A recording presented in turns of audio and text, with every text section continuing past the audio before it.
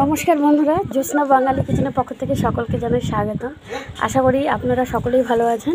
আমিও খুব ভালো আছি। আমার ফোন খারাপ থাকার কারণে কিছুদিন ভিডিও করতে পারিনি। আজকে রান্নার শেষে ভাবলাম নতুন একটি আম মাখা রেসিপি নিয়ে আপনাদের সাথে শেয়ার করি। আজকে কী হবে বাবা? আম মাখা, চিনি মাখা। এটা হচ্ছে আমার ছেলে। এই লেবু পাতা দিয়ে কাঁচা আম মাখা, শুকনো লঙ্কা দিব না, কাঁচা লঙ্কাই দেবো, কাসুন্দি, চিনি, লবণ। চলুন আমি আমটাকে ভালো করে কেটে গ্রেট করে নিয়ে আসি, তারপরে আবার আসছি। এই দেখুন বন্ধুরা, আমি আমটা খুব ভালোভাবে গ্রেট করে নিচ্ছি। আজকে কিন্তু রান্নাঘরে নয়, আজকে বাইরে করছি, কারণ আম মাখা বাইরে বসে খেতে খুব ভালো লাগে। এই দেখুন দেখুন বন্ধুরা, আমটা আমি খুব সুন্দরভাবে গ্রেট করে নিয়েছি। আর আমার সাজানো গোছানো রাখতে খুব ভালো লাগে, যার জন্য আমি সাজিয়েছি। এবার এটা আমি দিয়ে দেব চিনি, লবণ, কাসুন্দি আর লঙ্কা। ধরতে হবে, এদিকে ধর, ভালো করে ধরিস, বন্ধ করিস না, এদিকে দেখা।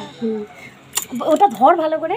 হ্যাঁ, এটা দিয়ে দিব চিনি, স্বাদ মতো লবণ, আর দিয়ে দেব কাসুন্দি।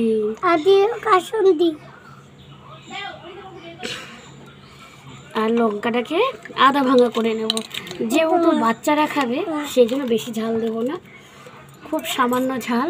এবার একসাথে আমি মাখিয়ে নেব সুন্দর করে। আচ্ছা, ভিডিওটা করতে পারছিস তো?